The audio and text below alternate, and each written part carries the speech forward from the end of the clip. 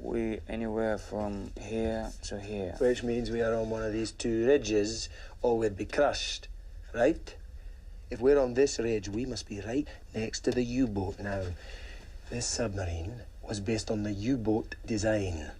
So if we find a U-boat, we get in there and we take the drive shaft. Been in the water for 70 years. Useless now. No, the Black Sea's anoxic at depth. No oxygen, no decay. There's perfectly preserved Roman galleons out there. Welcome to Kermode Uncut. Black Sea, the submarine thriller starring Jude Law, is about to come out on Blu-ray and DVD. You may remember when the film opened in cinemas, Jude Law and Kevin MacDonald, the director, came on the Radio 5 live show I do with Simon Mayo. We talked about the movie, which both Simon and I liked. I kind of enjoyed it. I liked the sort of the claustrophobia of the submarine setting. I thought it was a good, well-made thriller. But there were some questions raised about Jude Law's accent. In the film, he uses an Aberdonian accent. And when I saw it, it didn't trouble me at all. I mean, I'm from North London, and it sounded fine to me. And in fact, I think during the course of the interview, Simon Mayo may even have congratulated Jude Law on his accent. Back to your posts. We leave in an hour.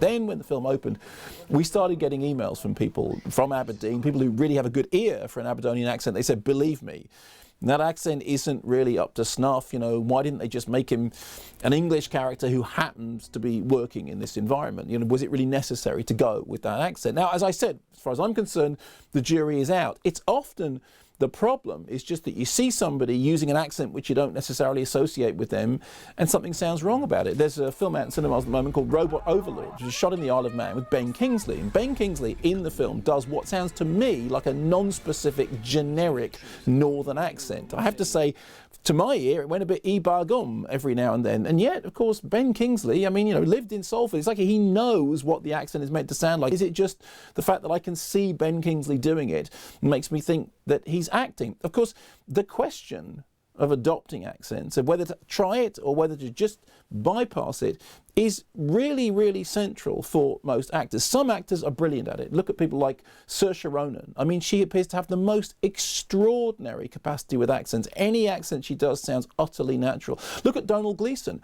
I was actually quite surprised when I heard Domhnall Gleeson's normal speaking voice, because I'd seen him in other films and didn't realise that he was doing an accent in films like Frank. He just sounded completely natural. And that's the most difficult thing, to make your voice sound natural to the person whose ear is naturally attuned to that particular accent. Of course, many actors work around the basis of putting in a line to explain their accents. I mean, I love Jason Statham. Whichever films Jason Statham does, he basically uses the same accent. And sometimes he'll try and do an American accent, but more often than not, there'll be something about he's doing an American, but maybe he grew up in Britain. Maybe he spent a bit of time in Europe, something to explain it away. Liam Neeson, whenever he does an American accent, there's often something about, oh, well, yes, he's American, but he's Irish. And then, of course, think about Sean Connery. Now, Sean Connery has become somewhat famous for his ability to do the same voice whatever he's doing. If you remember, there was a movie poll some time ago in which Empire magazine did the worst movie accents of all time. And very, very top of the pile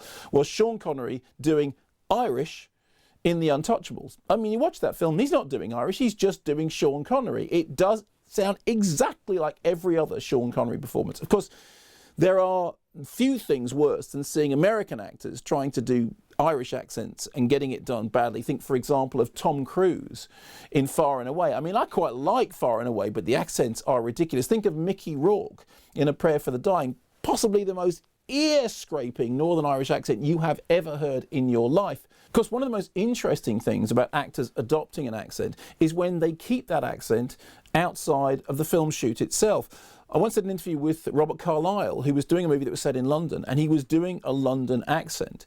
And I did the interview with him, and the interview he kept in the London accent, because he said as far as he was concerned, when he was making the movie, he had to keep his ear tuned. He didn't want to go back to his natural accent. He wanted to stay in character in the London accent. So he was speaking as Robert Carlyle, but in a London accent. Similarly, when Christian Bale made American Psycho, he did all the press for that movie with an American accent. And he said the reason he did it was he didn't want to put the audience off by them hearing him speaking with an English accent. So you see the press interviews for American Psycho, and there we have Christian Bale speaking in an American accent.